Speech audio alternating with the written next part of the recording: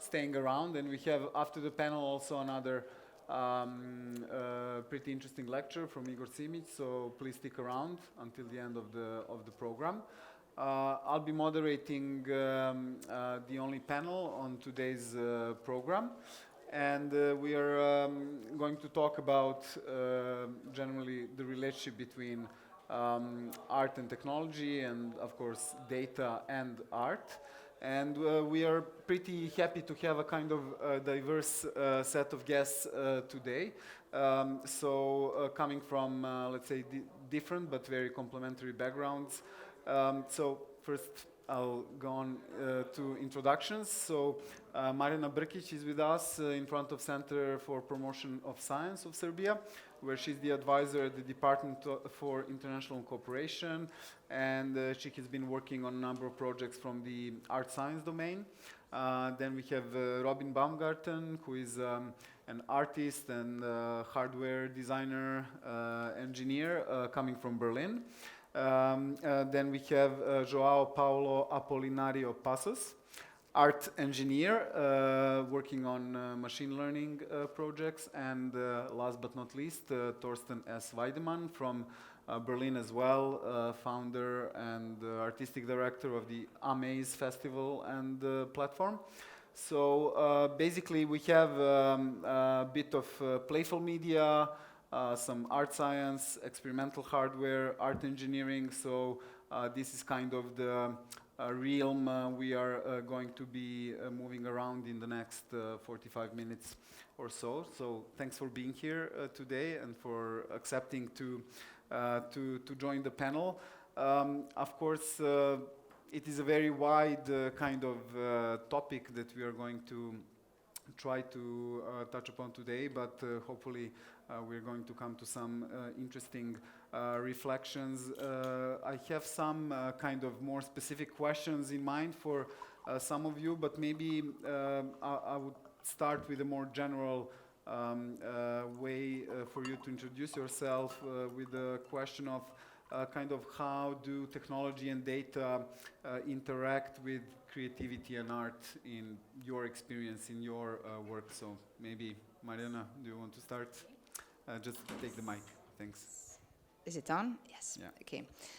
Maybe I will give a bit broader overview of Center for the Promotion of Science, because I think we are kind of an outlier a bit here. We are a public institution that works here in Republic of Serbia. And we were founded in 2010 with the aim actually to kind of bridge this gap between science and society. And not only science, but by saying science, I mean actually in a whole STEM disciplines, so science, technology, engineering, and maths. And we are doing so by actively engaging citizens. We are trying to explain them in a simple and different manners, complex concepts that are related to technology. And one of the ways that we've been using so far is the art, because we believe that art can really have a transformative experience on people. And since 2016, we started this art and science exhibitions that ran annually. And it's not only, as I said, science that we only cover, but whole different technological developments and the fields. And we've been lucky because in 2016, we joined one big art and science network that was actually founded by Ars Electronica, which is a science center in Linz. And I don't know, have anybody from you have the experience to visit Ars Electronica Festival? Because I think still that is a kind of a Disneyland for grown-ups, and the place where all, I would say, really eminent and renowned scientists and artists that are collaborating are presenting their art that is mostly also generative and computational art and different types of art that are related to science and technology. And we've been lucky enough to join this network and to start actually to build this local community of art and science let's say pioneers, and I see already here some of our great collaborators, such as Milan Ličina, that you had the opportunity to hear before. And here we in Serbia, what we've been doing is that in past, actually already 7 years, so this year we haven't had 7th edition of Art and Science exhibition. We've been building these national selections, national artworks, where we actually open a public call for artists to produce their artwork with our help, and we combine them. Actually, we find them kind of collaborators from different universities or companies, or it depends on what they need, and then we help them produce their works, about which we'll talk a bit later. So maybe I'll pass on the mic now. All right, hi, I'm Robin Baumgarten. I'm now an experimental, playful installation artist, and I used to be a game developer, so a programming background. And I'm basically now making installations that are playful and have most recently also like a science and art side, but mainly and before it was just being playful. So like I'm here with I brought a little one-dimensional game that I built. It's like a minimalist dungeon crawler, and it's like a physical installation that doesn't really have too much to do with data science as such, but it got me into this field of experimental physical installations. And the newest work I've been building over the last 2 years is related to quantum physics. So that is a visualization, a large wall, interactive wall, full of metal springs that you can touch, and then it visualizes quantum particles moving. So it's using Schrödinger's equation, and I'm collaborating with a university there. So they do all the algorithmic part, and I do most of the visualization, and basically making it playful and also fun for kids who maybe not necessarily have the quantum physics background.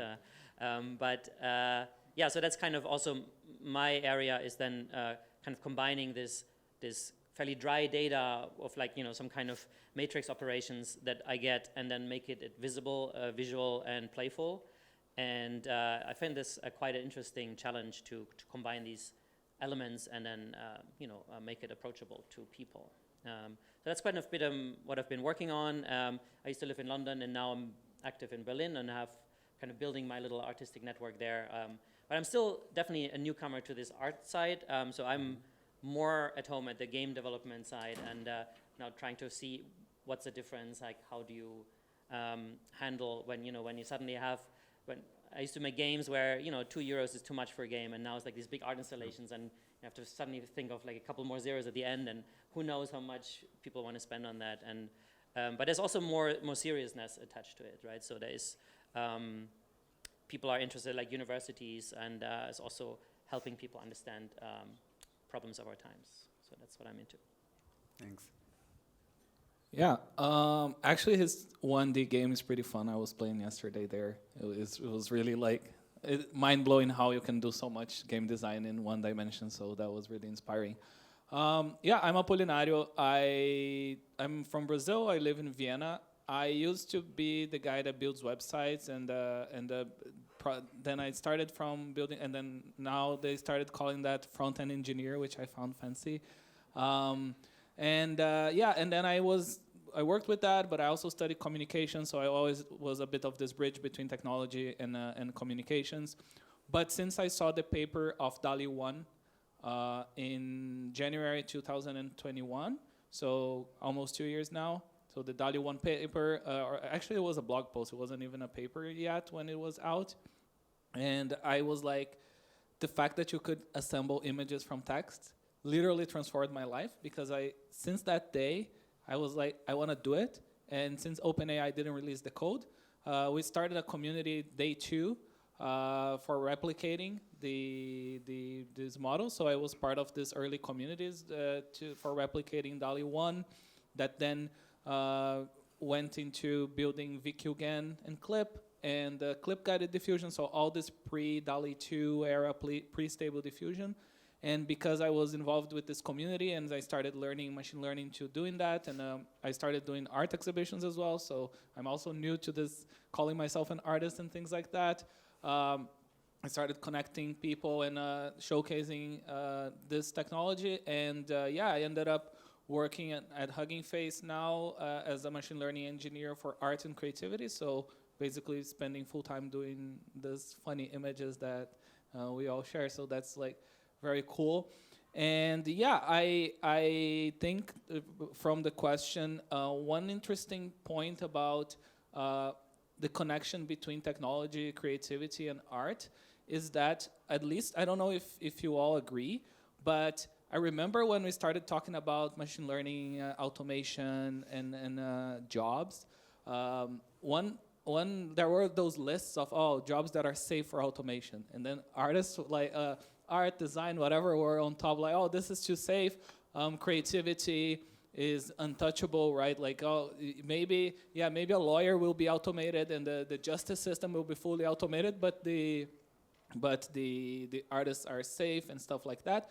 And now we're seeing a challenge where like the cars don't drive themselves, but we can make images with text. I don't think it will replace artists, so I agree with Milan on that. But yeah, we can develop that on further.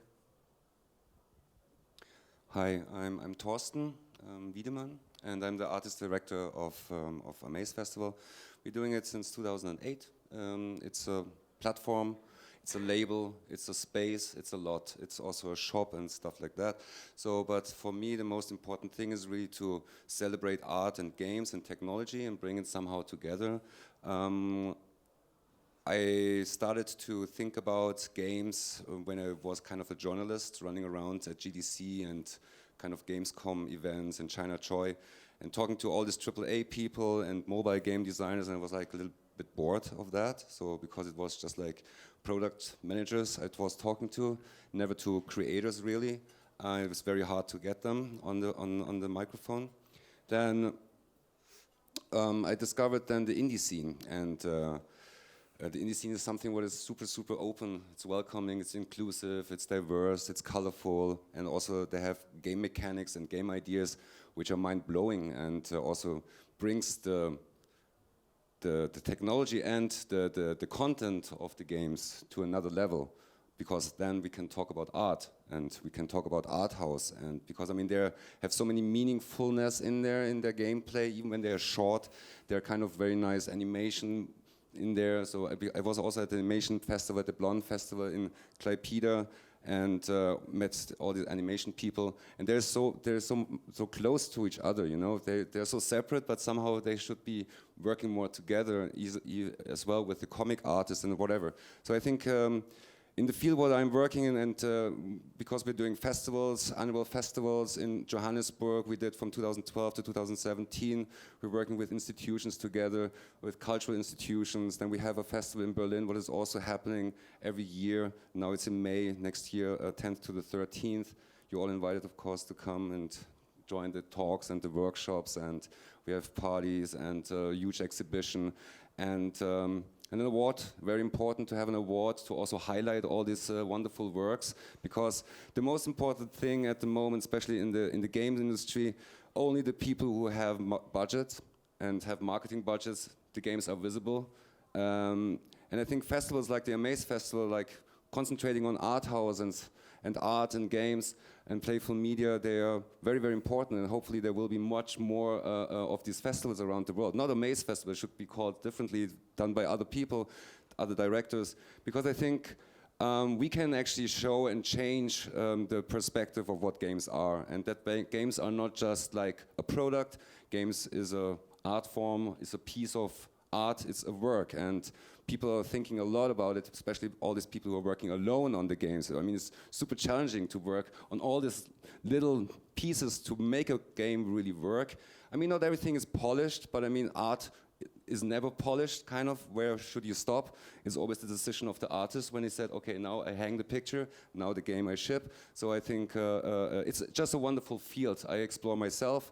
I think right now we are also at the point where games are really accepted in this kind of cultural dialogue, and museums are talking to us, theaters are talking to us, operas are talking to us. I mean, we are right now in the middle of everything, and which is very nice. 10 years ago, there was nothing like that. There was no conversation about that. Yeah. About data, yeah, of course, I mean, it's data, but hopefully our artists are not collecting data. Yeah, exactly. Yeah, in a way, we do have now the situation that gaming is on one hand, the most dominant, basically creative industry globally, but at the same time, maybe the most dominant cultural language, between the people, the players. But I wanted to come back just briefly on this notion of tech people going into the art domain and the other way around. So maybe for you guys, the question would be like, what is maybe the most challenging thing for you as somebody with a more technical background?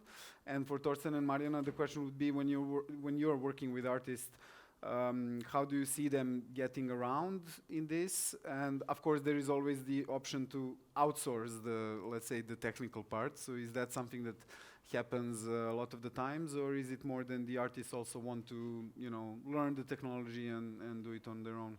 So I don't know, whoever. Yeah. Yeah.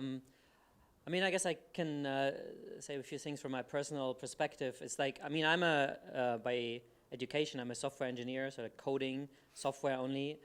So all the hardware is learning by doing, but then also, I guess if you're a coder, you always learn to do like a bottom-up approach, right? You start with like the simple functions and you build up and you build a system. There's also top-down approaches, but for me, definitely it was like always bottom-up. And I do the same now when I do my installations. So I look at interesting interactions like cool sensors, like, how can we make this work? And then from there on up, I build my installation. So it's like right now, my medium of choice is springs. So I like the tactility. I like how the intense, strong feedback you get, which you don't have in VR maybe yet, but who knows. But this also extends to this art piece. So like I make the art that is very much technology inspired first. So it's like, oh, this is an interesting interaction. How can I build an art piece around this, right? And this might be the other way around, that many of my peers, of other artists that I see, they have this, overarching big kind of ideas that they want to visualize or put into form. They say, okay, I want my art focuses on, the human state in the 22nd century or something. And then often I find myself, okay, how do I compete with that? Saying, oh no, I just make things that look fun and wobble, and it's like it feels a bit more simple, like also coming from games, it's like, oh yeah, they're fun to play, but are they serious art? I mean, now there's the conversation has said, yes, it's art, but that wasn't always clear, right? So it's a fun difference to go there. And now sometimes I feel the need to kind of, go into this and saying, I need to find some kind of nonsense reason that connects all my art pieces together, and it's like my overarching artistic vision, which I don't really have. I just make things that are fun to play with, right? So it's like an interesting difference I notice coming from the tech side into the art side. Yeah. Okay, thank you. Yeah. In my case, it's also, I think it was a journey, as I mentioned before, when I saw this possibility of making images from text that we're all sharing, and I'm super happy that this is becoming more and more accessible. I saw such a big potential of just unleashing creativity, right? Because I feel that in the beginning, I thought of it as more of a process to enable everyone to express themselves, right? So in the sense of now you have a tool where you have an idea and you can materialize it into an image, into a visual expression without you don't need to learn a skill. Some people think it's a problem, like that the mastering the skill is the hardship through mastering the skill is part of the process that makes an art piece great. I won't dispute that or get into that debate, or maybe we will, I don't know. But the point was that I just thought it was so powerful to think that you can create. But now I think once we're into this technology and we're seeing the use cases, actually, yes, it will lower the barrier of entry, I think, for doing creative work and even creating art. But at the same time, I do believe, and that was my experience as well, that the more you dive into it, the more it looks like a new form of art, right? Like a new medium the new camera, the new film, and in the same way that it's just a new one. It won't replace the old ones. Everyone will coexist. But I think this new medium is here to stay, and it will welcome a lot of new people. But still, as it was being mentioned by Milan, who is very good at it, like who has this visual idea, so who has prior artistic experience, or even not prior, but just like developed through the process, like became a good prompt engineer, prompt wizard, prompt whatever, and also like the process of creation is getting very interesting, because now not only there is one model, but you can customize the model. There is a technique called Dream Booth where you can train the model in 3 images of your face, or like this glass here, and then you can use that in your prompts, and you can teach it new styles. You can, so the combination of elements, I believe, makes it inclusive. But at the same time, it still requires skill, craft, and deeper thinking to get into it. So it's a new medium that lowers the barrier of entry, but at the same time, I believe it still can enable for very sophisticated use cases. There is one interesting example that I like to give that is similar to how in the past there were the people that would work on film. And to do video editing, you literally had to like go with a scissor and cut the film, right, and stitch it together, right? That was a way to do editing. And you had people that were amazing at it, that would know how to make a transition in the film by merging the layer of like I don't know, mercury, whatever it was. And then After Effects computers were invented, and then After Effects was released. And yes, that craft maybe if not died, became a small niche, but the technique of video editing itself only grew. Like there's a chart that is like an exponential curve of how many films were made since the invention of digital media, right? So I think we're on the cusp of such an analogous revolution where there is like an invite for way more to create. Maybe some old processes will become niche, but the possibilities that everyone will have to express themselves in game, film, image are just like going to supersede, I think, this barriers. Yeah. I don't know. Yeah. You want to You go? can, Or? please, Okay, it's your okay. So maybe if you want, Relia can repeat our part of the question. Yeah, so the question was, I don't know if, do you maybe want to show also the examples now, or you thought to do it later? Maybe I can do it Yeah. later. Okay, yeah. cool. I just wanted to say briefly now that actually we've seen all of it. So we've seen artists that are completely, I would say, like individual, that are with great technical skills, and that they're completely, I would say, sufficient. And but always we tend to somehow give them a scientific mentor or a technological mentor that would be there just in case that they need help, or they need, I would say, to be sure that their content is scientifically right.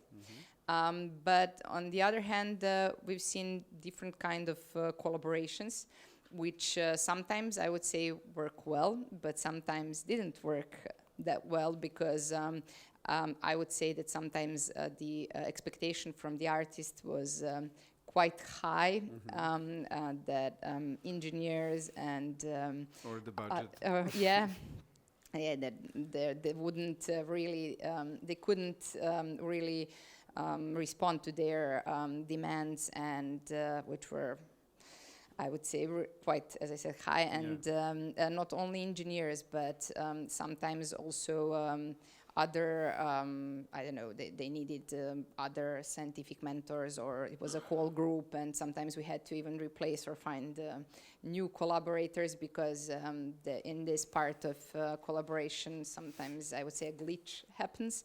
Yeah. But still, yeah, I mean, all of these scenarios are possible, and for us, it's important to kind of, that's what we are trying to do all these years, is to start kind of nurturing these relationships, and these all collaborations take much more time in comparison to, I would say, individually produced artworks, because these collaborations are always slower and everybody has their own opinion, and there are a lot of disadvantages as well. But I would say that the artwork that comes out of it is quite complex and thorough.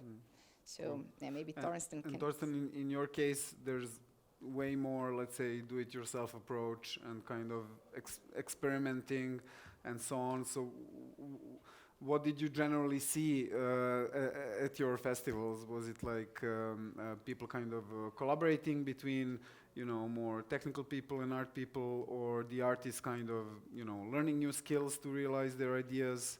Or what are the scenarios that worked best, let's say? I mean, to become an artist, I mean, it's a choice, right? I mean, it's you can work for a company and still be an artist, or you just choose you're going to be an artist for a lifetime, and you make a living out of it. And I think a lot of people who are starting with doing art house games are basically going to school first, going to an academy, and maybe have the goal to become part of a bigger company and work as level designer or whatever. But then there are festivals like a Maze Festival, which are inspiring then people and say, hey, actually I can do my own studio. Actually I can become an artist and do games and have something to say, something personal, something around myself, a contemporary art basically putting into a game mechanic. And I think it's all a development, and it's just like over the years from 2008 when we started, I mean, it changed completely as well. The submissions of the games, it's so hard actually to choose 25 games for the Games Awards, which we nominate every year, because it's so good and the quality is so good, and it's becoming more and more. People have stories, they have something to say, they have something to tell. Meaningful things are also social, critical, political games are coming in, and it's super important because it's not anymore an entertainment medium just. And this is something what really blows my mind, and that's why I'm not stopping, because I believe in it, and I also believe in the people, and I also believe that more and more people are going to join this movement, this new wave of making video games. And what as well flashes me a lot is the VR development, because since the early days, not 90s, but since 2012, when Oculus One came out, since then I'm so hooked to VR, and I love VR chat, for example. We also built our own space, the Amaze space, where you can download and you can jump in. Was working with Signet Art Festival together with Katharina Gross and with some other artists to create a virtual reality world, which you can experience. And they did their own VR stuff already. But we have a multiplayer, so people can jump in with more people and experience the world completely differently. Because I mean, the social aspect of VR is just incredible. So and it also brings a lot of new people into the technology art world, digital art world. I think like Jean-Michel Jarre is doing concerts in there, has a wonderful piece out at the moment. What you can see at the Raindance Festival. Then we were building stuff in VR chat. Also, we built a train station there. We built something for Goethe Institute now for New Delhi. So a center where they can train their program managers just to think and also to create programs for VR and bring culture into VR. And we work with architects together, because before everything was more like, we built something physical, something like that, and of course they have their architect studios, but now they're kind of, wow, this is mind-blowing, I can actually build a building what actually never will exist, but I mean in virtual reality it's gonna exist, and all the physics are differently, and it's just like crazy what the people are building, and more and more artists are kind of coming into this kind of field and also want to learn. We just had recently an artist in residence program at the Transmediale Studio in Silent Green. We do it with Institut Français and Goethe Institute, and it's called The Brain. We do it already since 8 years. We bring interdisciplinary artists together, also game designers, who are creating in 2 weeks basically something playful, and mostly for VR. And this time we were working with Michel Granger, he's an artist from France, together. He's 75, and he was just like, wow, that's so cool. He just wants to understand the workflow and how this all works, because he never got in touch with it. It was really interesting to work with him and also bring his mindset into the virtual reality world. And we created then for him basically a VR experience piece, what he also can show to other people, and he loves to show it. And this is something what is, for me, the work with the artists is always fun. You know, it's complicated and fun. And in your knowledge, like on, let's say, the sustainability aspect, because we are out of the domain where games are like a pure product that's sold on the market. So how is it for these authors and developers and artists to actually produce these games? So is it mostly relying on public funding, or kind of combining, you know, maybe some commercial applications with something, or maybe developing, you know, a tool they use in their own project, but maybe they can commercialize it in a different way? I mean, it depends. I mean, people are doing Kickstarter campaigns, people who have, how it's called, Patreon. They build up a community to basically can live from it. And of course, we have public funding in Germany, it's pretty good. And I think we have every year now 70 million for video game development, but it's more like, I mean, the small people are not getting it. So the small studios, it's hard to get it. You have to have released already a game, and you have to be a studio. It's not just one person thing. But I mean, we have cultural funds, and also the cultural funds are also more interested now in video games. So basically, as an artist, you can apply for it and get whatever 10 or 15,000 euros to build your piece.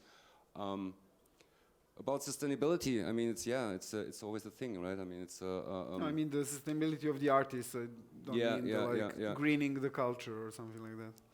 Yeah, I mean, it's I think. I mean, it's always like when you believe in yourself and what you do. I mean, there will be some cool stuff happen in the future. So, and if you're not be successful in your art, then you do something else. So be on the side, maybe do still some programming jobs, and then in the future it will happen. Then suddenly you will be a recognized artist. I don't know. I mean, about sustainability. So but maybe I would ask Robin on that note, like with the kind of works that you are developing, not specifically yours, but generally this domain. I mean, this type of stuff you can see today in the most acclaimed museums. You can see it at the opening of a local shopping mall, at Burning Man, you know, all these places. So maybe from your perspective, what do you feel comfortable with, or what is maybe your goal, or maybe you don't mind at all, or one presentation can maybe financially support a different one, or a build up of a new project? Yeah, I mean, for me, it's also still a discovery process. Like, where do I position myself, right?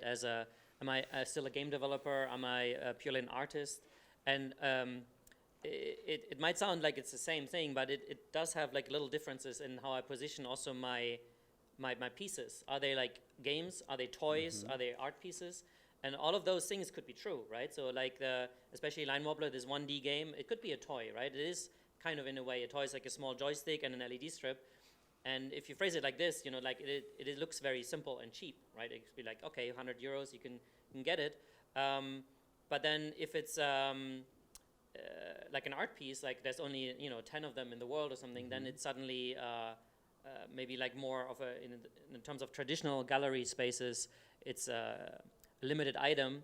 But from my game developer heart says, no, I want as many people as possible in the world to play it. So this artificial scarcity doesn't quite gel with that. So it's tricky, right? But the thing is, the games market as such is growing so fast that there's so many tiny niches in all this market that you can live in these tiny niches, right? And so for me, just having a piece that I only show at museums and festivals is enough to sustain myself, right? There is artist fees, there is call for art, production budgets and so on. Yeah, some production budgets, and now with the quantum jungle, this art piece with the quantum physics, that was also from a budget from the Creative Europe, I think. So that was from the university funding, and I didn't even need to touch that, so the university took care of all of this, which was really nice because I hate the bureaucracy. But so there is a diverse ways of getting funding, and I'm still like looking into, okay, what is the right thing for me? Maybe I should do a Kickstarter as well, and make it more of a toy art piece, or like a playful art piece that you can buy, like semi-mass produced, or like at least like small batch.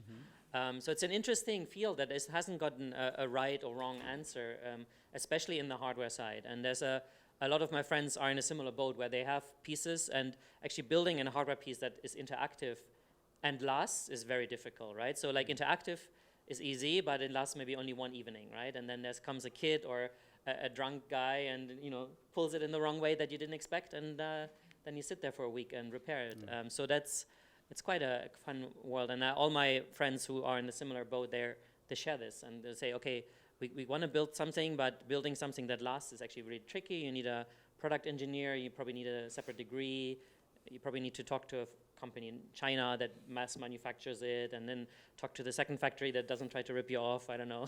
Or, like these things, and all these things are more on the product manager level, which is like totally not what I want to do. I want to just make things, right? So it's a tricky world, and also goes back maybe to the collaboration side, where you need to collaborate with people to kind of step forward into these things. So that's kind of like where I am and what I'm looking at and what I'm thinking about in this kind of aspect. Okay, thanks. Marjana, I would maybe invite you, if you're okay with that, to go through some of the projects you wanted to show, and maybe also to tell us like what are the most common, let's say, approaches that the artists take. Is it like more, tackling with electronics or AI algorithms and so on?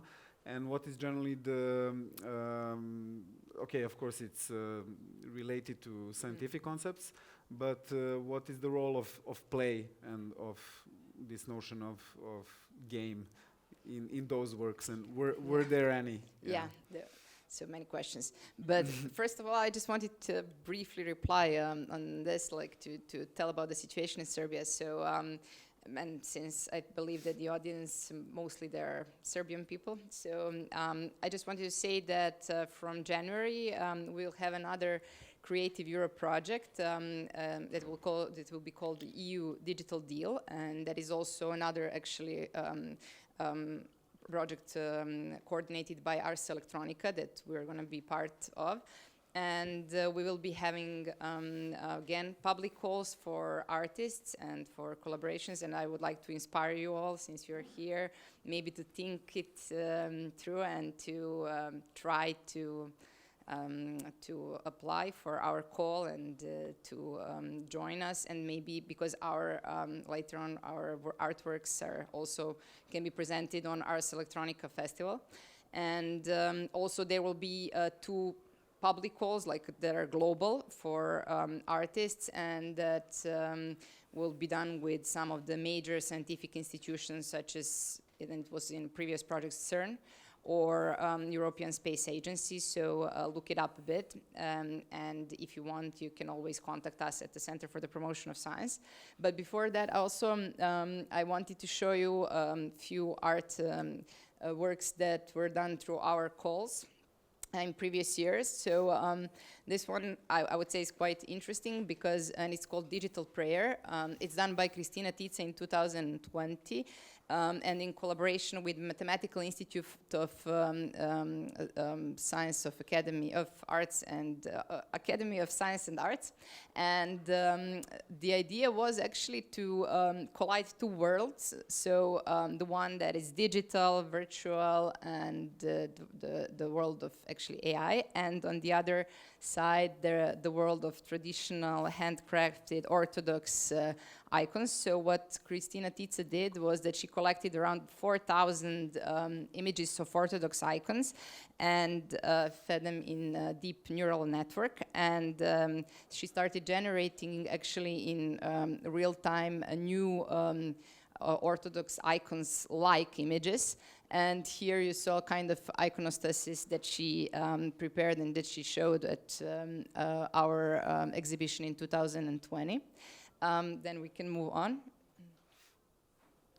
Okay. Maybe we can move on. Yeah, okay. Yeah, actually here is one of the artists that Sunčica Pasuljević-Kandić, maybe you heard her talk here in this room before. So also this art piece was produced in 2020 and it's called AI V because in Serbian it's veštačka inteligencija. And besides Sunčica, there were a few more artists and 2 more scientists that collaborated, so it was a big group. And what they did, it's actually that they produced this pervasive game, which talks about AI, but talks about the ethical side of AI. So kind of compares the decisions that would made a human or that would an AI make.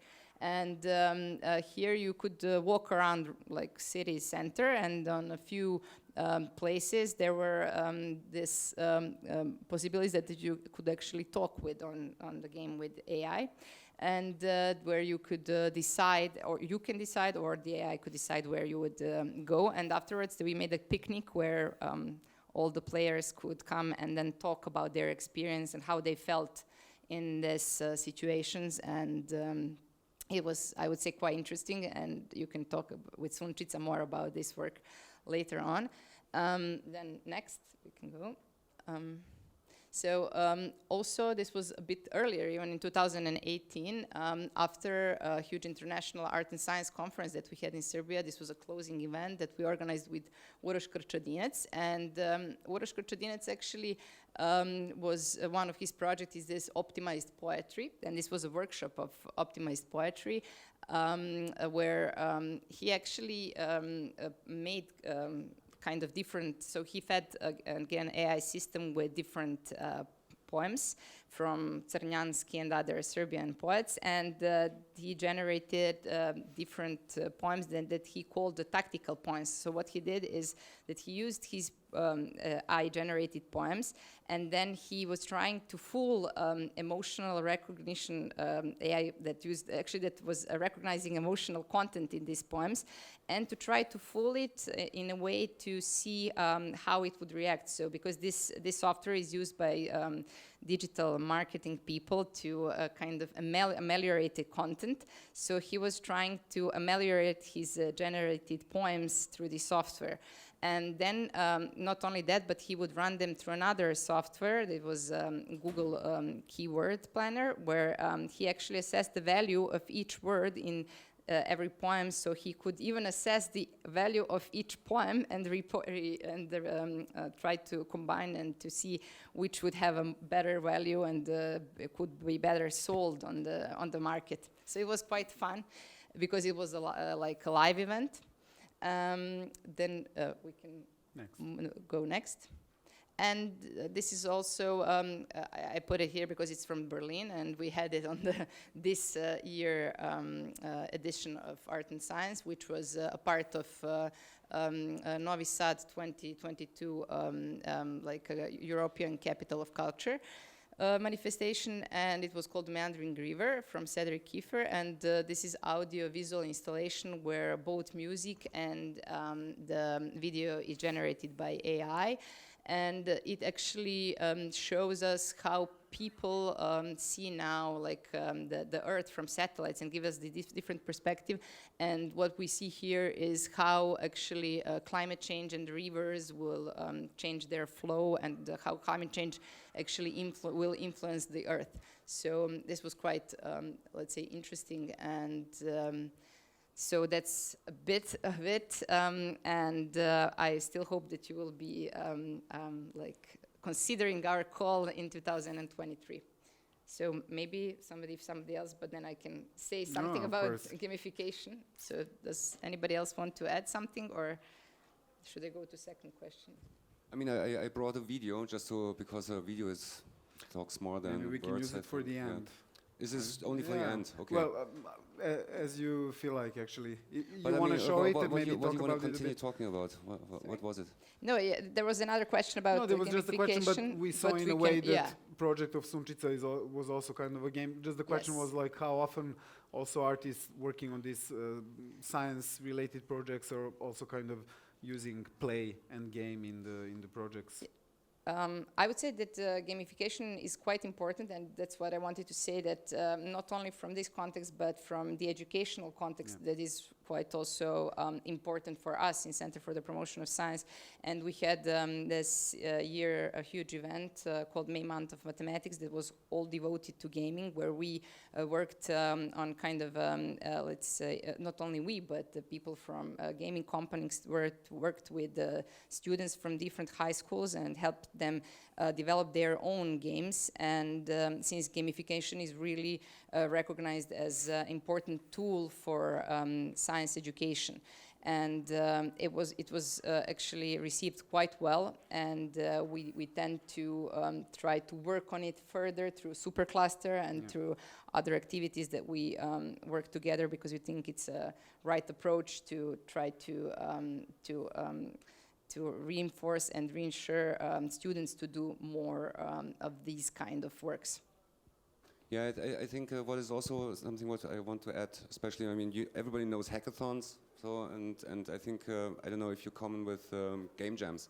Game jams is something what is happening regularly everywhere in the world, and this is something what is very, very cool, because you meet different kind of people you never met before. You're going to work on a concept for just 48 hours or something like that, or even shorter, and you can test yourself and your skill level. It's also good for team building and for collaboration, especially, I mean, when also you work with artists then, and then the developers also, they learn how to communicate, and maybe to have something, future projects coming up.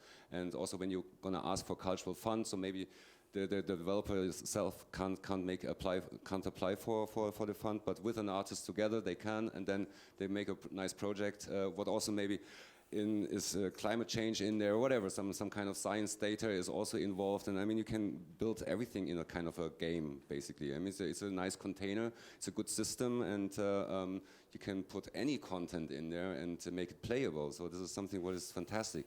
What I like as well is all this kind of stuff what is happening at Ars Electronica. Also, this interface art is fantastic. I mean, there's so many playful things that are happening, and especially universities are kind of pushing it as well into this direction, that you have to think a little bit out of the box and be a little bit more open, and not just too close to what you want to become. It's more like see what is there and then try it out, as you as well did. So suddenly you have this kind of wow effect. This is a tool I like to work, I like to get deeper into it, and don't stick to whatever your ideas were at the beginning. Yeah, and one cool thing you mentioned is that exploration. And actually, like when I sometimes because I live in Vienna, there's a lot of art galleries and stuff. Sometimes I show up and then I take pictures of the artist's stuff, and I throw it into the AI to make variations or make a novelty stuff, and I show them back to the artist when they're in the gallery, which sometimes happens. And in the beginning, I told my friends I was thinking about just showing up in a gallery and showing the AI to the artist, and they're gonna eat you alive, they're gonna destroy you. And actually, the response was so positive. I did a few collaborations. They were like, "Oh, this is amazing! I have a friend now that I made in this processes that uses it constantly to their own creative process." So I do believe that the collaboration between technology and art can create many things. And now there is a third player joining, which is a non-human entity, right? Which is the machine learning models that are part of this co-creation process. I think, of course, we're still on the steering wheel, but more and more people can see their own creativity from a perspective of these generative models, and I think that can only accelerate processes. Because one artist told me, actually, the thing that making variations, assessing, anything the possibilities, this even captioning, a lot of the things that these models can do help me, because artists are usually underfunded, and the artistic process is expensive. So when you have a tool to support that, it's good for the artist. It's not a competition between artists and the models. So yeah, that's an interesting thing that happened in my experience venturing into this world. Yeah, thank. Yeah, go.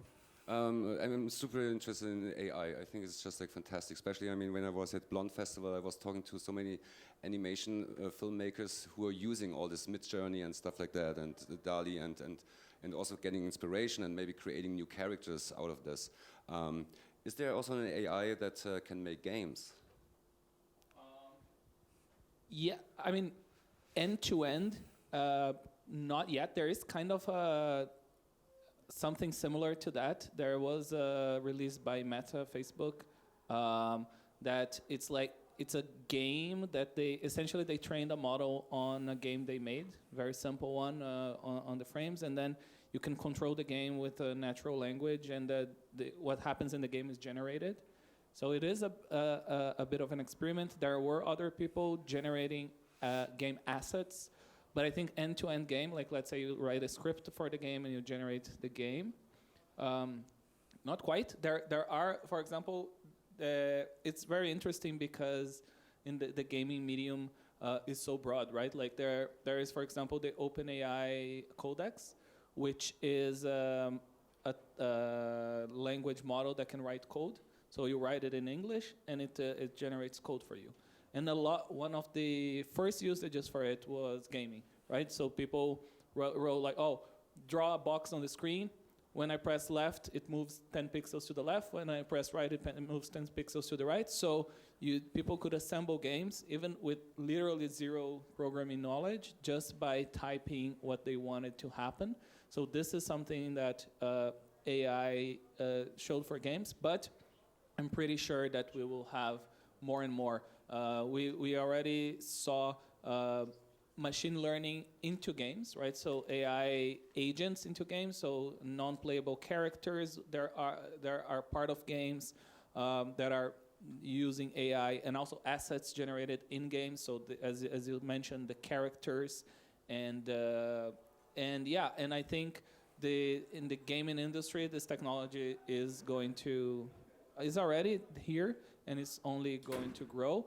And I do think that in a couple of years we may see an end-to-end like idea script to final game pipelining. I don't think that's far-fetched. Thanks a lot. We are kind of running out of time, so my proposal would be for Thorsten to show us a bit of the atmosphere of Amaze, and of course then we would let the audience pick up the mic for a couple of questions. I'll just mention or repeat that the Playing Narratives meets Amaze exhibition is going to be open all of next week at the Graphic Collective Gallery. This is close to the City Assembly in Belgrade in Dragoslav Jovanović Street, so you can check out 10 projects from artists and game designers from around the world. And also next Friday we have the final event of the Playing Narratives program for 2022. We're going to have another guest artist, Baptiste. Maybe you should pronounce the last name. I'm not sure. Or you're not sure as well. My French is bad. Yeah. So Baptiste from France is visiting us. Yeah, he's going to do a short lecture, and also participants of Playing Narratives, young creatives who were developing their game concepts since April. They are going to be pitching their projects in front of a jury. So you can check that out next Friday from 6 p.m. So Thorsten, I would let you maybe wrap it up, and also No, you're going to wrap it up. Well, the audience. I just did. As I said, I mean, I want to show the video so that you have an idea what the festival is about. It has everything what as well a conference has. We are serious people. We talk seriously about games and playful media. But I mean, it's a festival that has a style, a different style than being in a hotel, for example. But this is how Amaze works, basically. Thanks.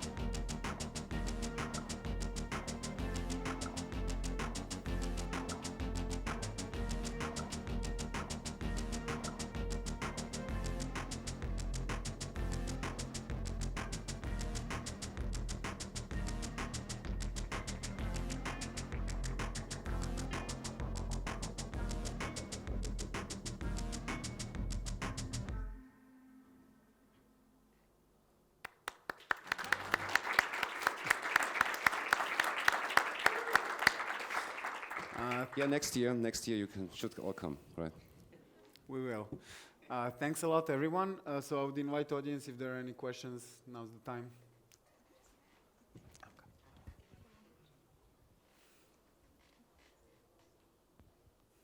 Hi, thank you everyone for your for everything you shared with us.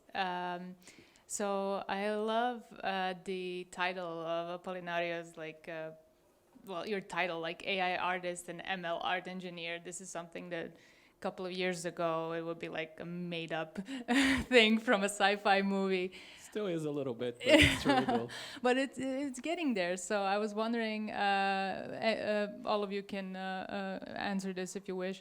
So what kind of new jobs would come out of this AI art revolution, if you will? Yeah, that's a very good question, which if I would propose myself to answer, I would probably be consulting, like getting a lot of money.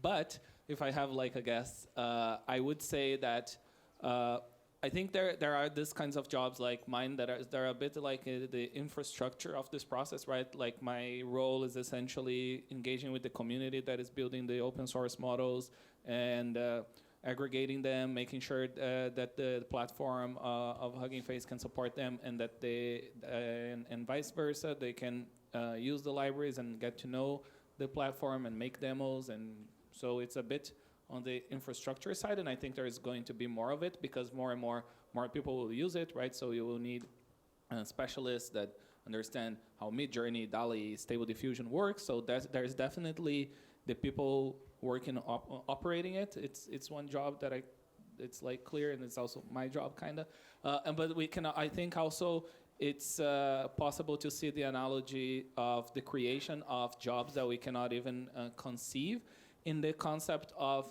I do believe this technology is going to trigger a creative revolution that will change dramatically the way we share thoughts, feelings, opinions, whatever it is, because being able to create media, be it music, right now we're looking at images, but very soon it's going to be music, it's going to be video, it's going to be games. And once everyone is empowered to create that, with the barrier of skill being very low, I believe this will create a whole new economy. Yeah, I think the existing platforms don't support that, right? Like imagine if everyone would create 50 amazing pictures, it would probably not work to share them on Instagram stories, right? Every day for everybody. So, yeah, or TikTok. So I think the social platforms to share, the digital and real environments to share will need to at least change or be disrupted by this technology. And so yeah, I think in the media space, in the technology space, and in the creation space, I think in the same way YouTube created a whole new economy for so many people just for making videos. If everyone can create in that level, I do believe that this new economy can create so many new opportunities that we can only guess, but I think it's something in those lines. Yeah, I'm not an AI specialist, but I'm more in virtual reality, and I think there is also a lot of new jobs in the future. I mean, tour guides or whatever, VR shaman and VR nauts and stuff like that. You know, I mean, there's a lot of VR musicians, DJs, and stuff like that is happening already. So there's also a completely new field, especially because physical places are very expensive to rent out. So go to VR chat or go to a maze space and build your own world and invite your friends. You know, I mean, this is cool. Or build a community. Right? This is something will definitely be a new marketplace for art and music and culture, whatever. And I like how you are an enthusiastic of VR, but you don't use the word metaverse. Yeah. I like that actually, really. Hi guys, this is my favorite panel today, and the only one I have attended. I swear, I wanted to ask to comment on the ML art engineer as well. I love that. I'm a game developer, but I am not an artist. I would like to be, and I started playing with not Stable Diffusion, but with Midjourney and DALL-E. Stable Diffusion is too demanding for my machine, and I love the results. and I can use it in a game. I can use it in my RPG settings. So my question is, am I an artist now? Can I say that? I think when you start making that question to yourself, usually the answer is yes. Yes. Thank you. Also, another question.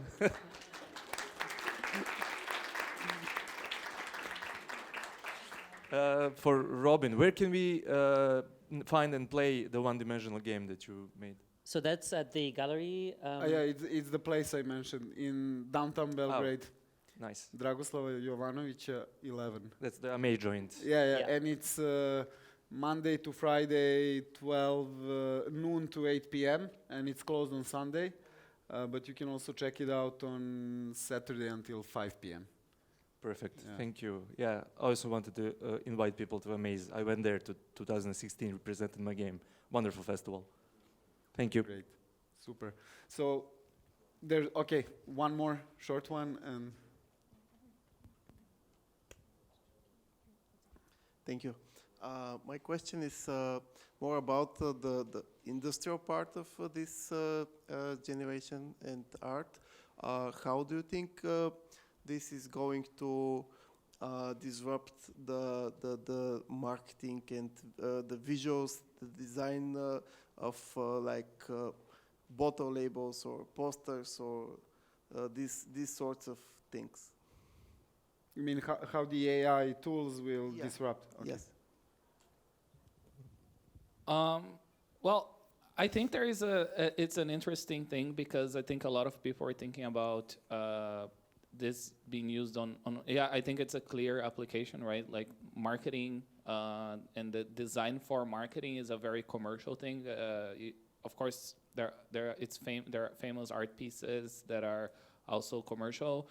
But I do think that that's a place where there's less people claiming the day-to-day process is not necessarily the artistic process, even though it can be But while I do think that that's going to be a huge disruption, and we see in the marketing side on the language models like copy, right? Like most startups, not most is a bold statement. A decent amount of startups have been using AI to generate the copy for their ads. Right, the engaging copy and stuff like that, and I do think this is coming for imagery as well, algorithmically finding what's the most engaging image and generating that and deploying that in production. I think that's definitely a pipeline that is happening. But at the same time, I do believe that there may be a saturation to it, and there's a lot of people discussing that what will happen when it's so easy to generate so many amazing, beautiful, incredible images, right? And there are people questioning whether this will saturate us. And actually, we won't want to look at AI-generated stuff because it looks so good, not because it looks weird, It's just you would saturate of being because once everything's amazing, then nothing is amazing, right? So once the quality gets so good, it gets neutral in a way. And then there are some people even predicting that we'll have vegan studios or bio or organic studios where essentially it's like they take pride in not using AI. We are artists that don't have AI on the pipeline on purpose, and that's human-made and as an asset because of this potential saturation that can come. So yeah, I think fun times next year. Let's all follow this up. Yeah. Thank you. Okay, thanks a lot. So we're going to do a very short 5-minute break just to set the stage for Igor. And so please stay with us for another great lecture. And thanks for being here.